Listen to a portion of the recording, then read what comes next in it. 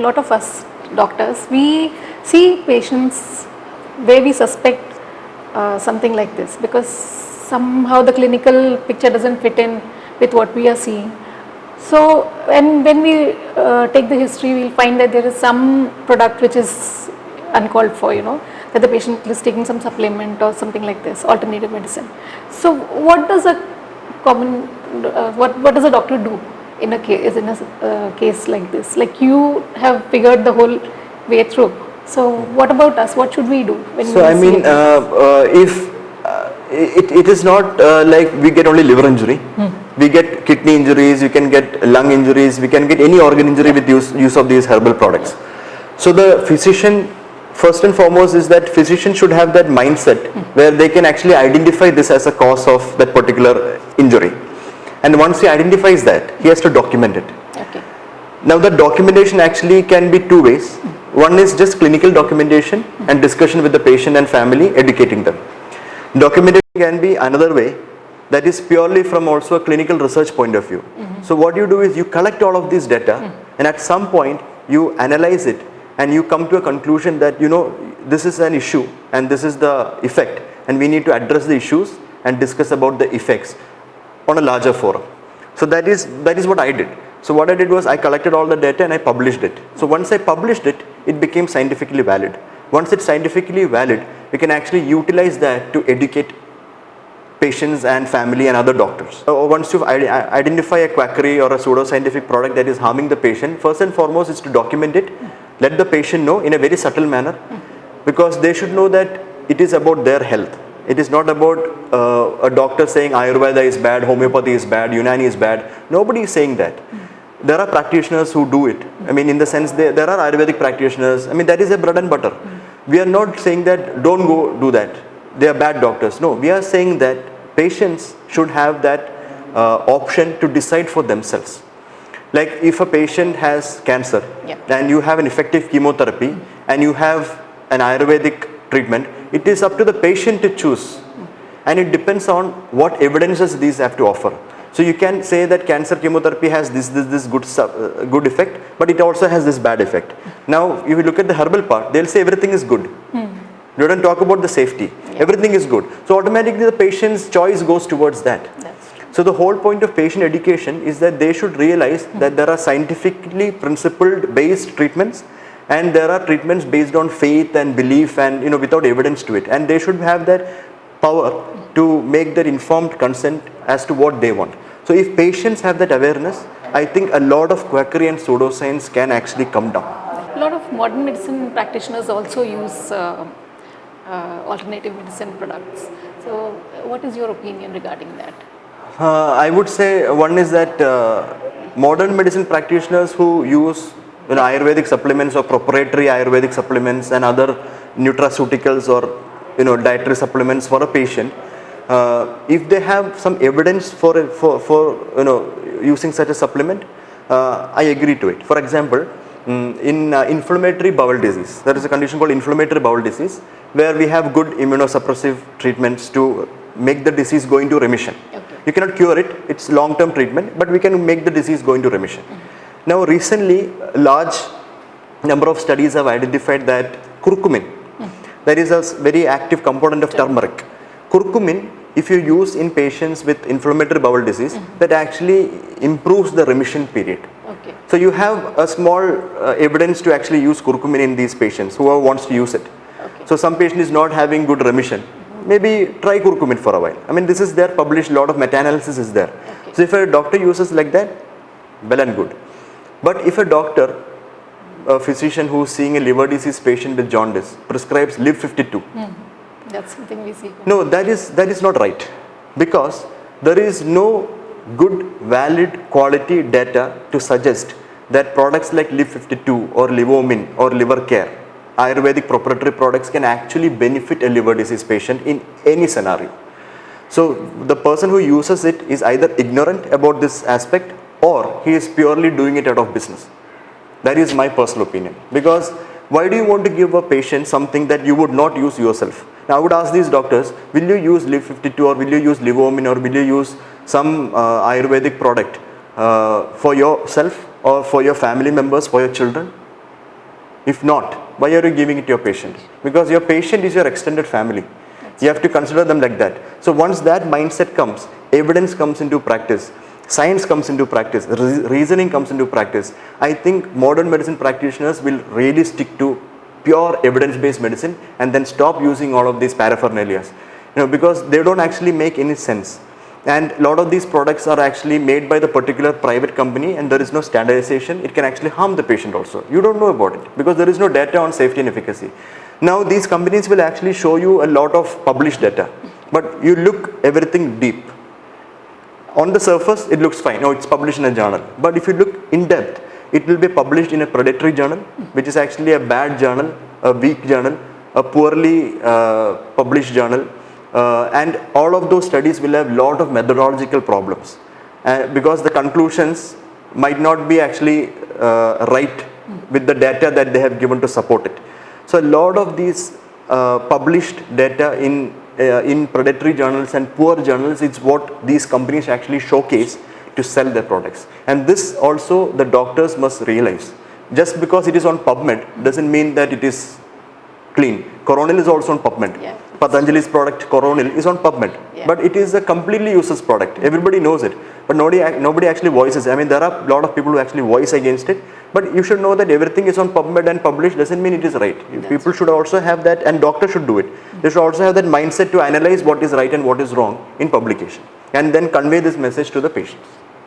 So modern medicine practitioners ideally should not use herbal dietary supplements or other nutraceuticals unless and until they actually have a strong reason to use it for their patient, for the patient's benefit, not for their benefit. And that should be evidence-based, not it should be evidence-based. based on an anecdote. They may have had one. No testimonials, no anecdotes, because a lot of anecdotes and lot of testimonials do not make an evidence. Exactly.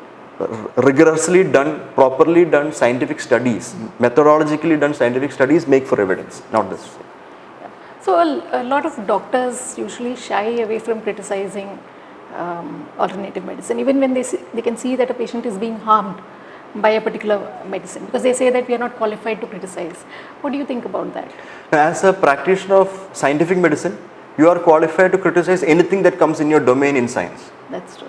You don't need to learn Sanskrit to criticize Ayurvedic drugs. You just need to look at your patient, what is in your clinical practice to criticize it.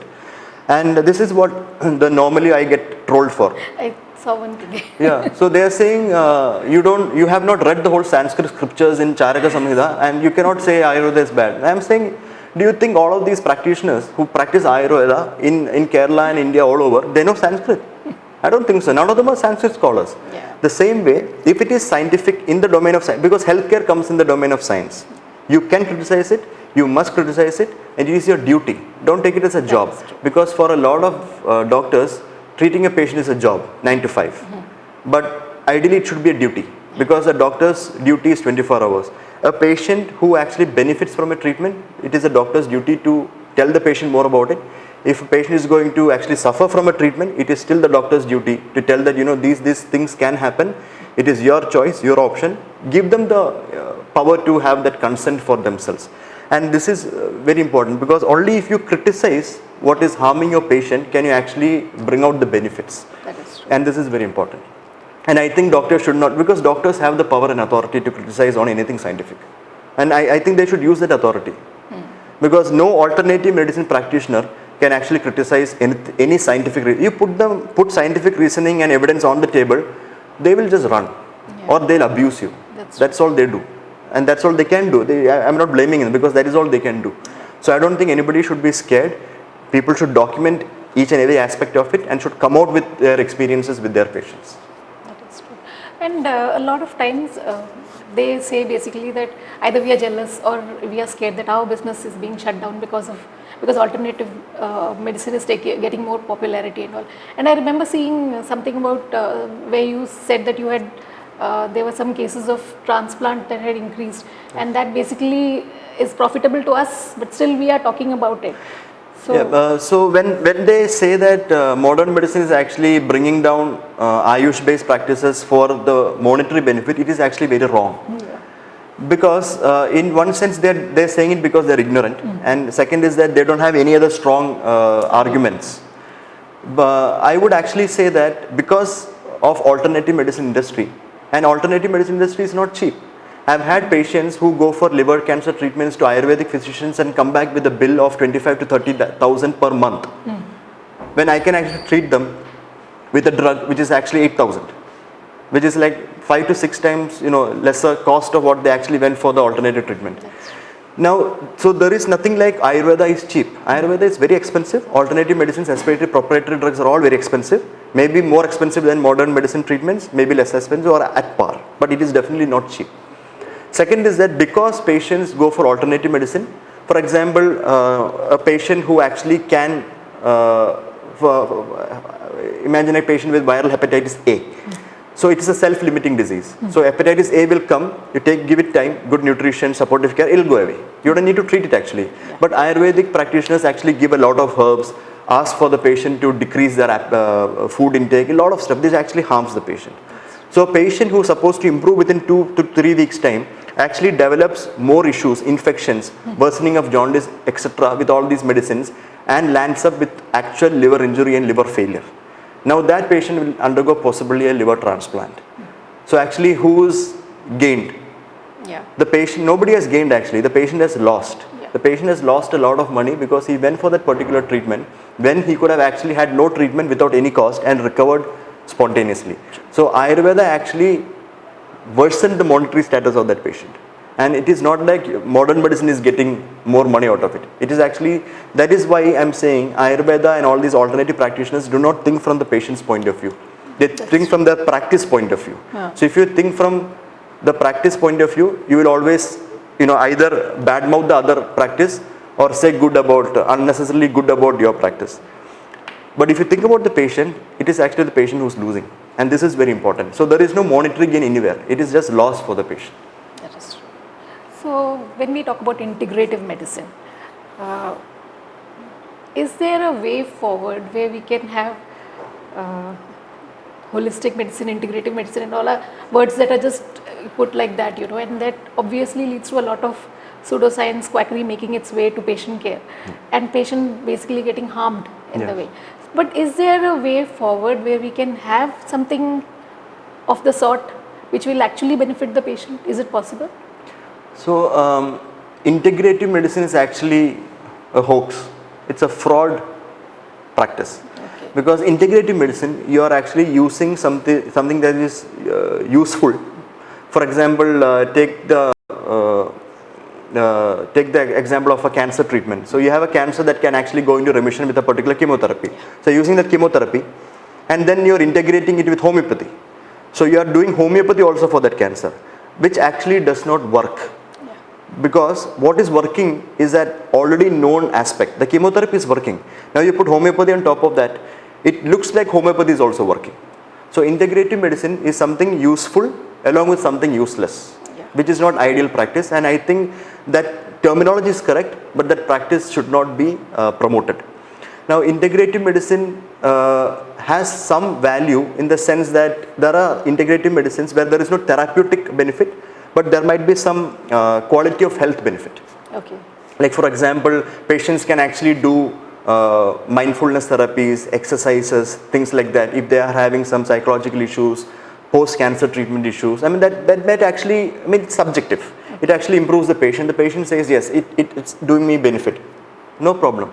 If there is evidence to do it, integrate it. But then that actually becomes part of the treatment. It is not integration. Yeah. It is actually evidence-based treatment. So there is no integration in it. And the biggest problem of integrative medicine is that sometimes patients can be wrongly directed. So if a naturopathy person says that, mine is all natural and herbs and this is more effective than your chemotherapy which has all the side effects, the inclination of that patient might be towards, query more safer profile, which is actually not effective. That actually harms the patient. Yeah. So doing integrative medicine actually is bad for the public health and it should not be utilized. Integrative medicine that works is actually evidence-based medicine. So there is no integrative medicine, it's only evidence-based medicine. And you've often said that the term mixopathy should not be used because now Ayush is trying to push for more and more Ayush doctors getting into the field of modern medicine, even saying that surgery can be done by these people. Yeah, so mixopathy is a very colloquial raw term to use, because I don't think we should use that pati term with anything anymore, because that was when homeopathy was there was allopathy. That was something against homeopathy. I mean, in the sense, allopathy was actually a lot of practices which actually harmed the patient, a lot of side effects. So homeopathy came in where they actually diluted everything and showed there is no side effect. Allopathy is actually a term that we can use against homeopathy only. It cannot be used for modern medical practice. Even now, modern medical practitioners still use it, which actually makes me cringe. It actually makes me sad at the moment. No, it used to make me cringe, because they themselves don't know what it means. It is evidence-based scientific medicine. That is what we have to use. And mixopathy, allopathy, crosspathy, I mean, these are all wrong terms to use. I mean, and I think when, as doctors and physicians trained in science, we should be talking about purely scientific terms. You can use lay terms to make patients understand, but don't use this in public platforms like that, because it actually gives the other party some kind of validation. Now, if you say allopathy even now, that means homeopathy still has a role, when homeopathy is absolutely useless. It's a quackery. So don't use allopathy anymore, because you don't consider homeopathy a treatment. So that is what is important in using these terms, because once you use real scientific terms, slowly the unscientific terms actually, goes away. So out of sight, out of mind, and then I think things get better that way. Thank you, doctor, for taking the time to address all these concerns. At the end of this interview, I'd just like to ask you what you would like to say to the younger generation of doctors. And even younger, I am also quite young. Young compared to our generation. But the thing is, our generation basically shied away from openly criticizing, alternative medicine, and now we do. Like we always wanted to, but there was you've done extensive work, so it's easier for you to talk about it. So a lot of our cases we have the hunch, but there's that one step where we've not exactly done the homework to get there. Okay. So your work basically, and that of your co-workers and those who've done the work, you've done a very good work that is going to make a major impact on public health, hopefully. Yeah, so I mean, I would suggest that students, from the student life itself to the practitioner life, I think if one keeps focus on the patient, things are very clear. I mean, if you have a patient-centric practice, a patient is approaching you for your, I wouldn't say for your help, but I would say for your support and for your care. You're nobody to help anybody. You don't put yourself in a pedestal and say, you're there to care for the patient. So once a practitioner has that attitude that you're caring for the patient, a lot of things will change. And with that caring attitude actually comes confidence in advocating what is right for the patient. And with that confidence, you can actually promote better health. So for young doctors, I think if they find something that needs to be voiced in healthcare within the boundaries of science, no politics, no religion, no personal opinions, nothing, just within the boundaries of science, if you can fight it for the patient, you should do it. And a lot of the young doctors should not concentrate on only their clinical practice. I know it's difficult for everybody to do research-based clinical practice, but if they have the time and resources to spend for it, it is the best. Because a young doctor who has a clinically oriented research mind, patient caring mind, and some love for basic sciences, and also statistics, I might add statistical knowledge, I think that is the most empowered doctor currently that one can have. And I think our patients deserve it. Our patients don't deserve businessmen who work from 9 to 5. They actually deserve caring physicians who actually want to do more for healthcare rather than for themselves or their corporates. And this is what I think doctors should do. Because if you do this practice, or if you do good comes to you. Like they say about karma and all that. But I don't believe in all that. But still I say you do good, expect good to happen to you. So, and this is very important in clinical practice for young doctors who start practice or who are continuing practice. Actually, I was talking about the generation that is just coming out. Like not the ones who are practicing, like the ones who are just learning. when I meant younger. Yeah, so doctors, even because in they, that, yeah. as students, often they get to see how the senior practitioners are doing in the OPDs and all, while they're doing the rounds with the senior doctors Yes. and all. So I'm talking about them basically, because they are the ones who are very active on, so many of them are active Yeah. on social media and all, and they look at you when they do see this, and then they see others who may not, open up about this. So do you feel that they also should be more and more active? Many of them are active on Twitter. Yeah, I think they should be. Yeah. I think they should be, because I think the social media has its own good and bad. And one of the good things I have seen is that I could actually reach out to a lot of students. And I love teaching. I mean, actually the term doctor means teacher. It does not mean anything else. So once you actually teach them about what you know from your experience and what is evidence based, these students who are actually studying and learning to become doctors, they actually go in the right track. And I'm not sure how we can do this in a generalized manner, but if you actually teach one student, I consider it as a big thing. Yeah. Because at least one person you could actually change. That particular person will teach another 3, they will teach another 3. So that is how we actually move forward. And I think rather than in a classroom setting where it is just teaching, a social media approach to teaching is also excellent, and we have the tools for it. I think important societies should take this up and then start off this as part of from the student career onwards. I mean, something that can be done. Thank you, doctor. This was lovely talking to you. Yeah, thank you for having me.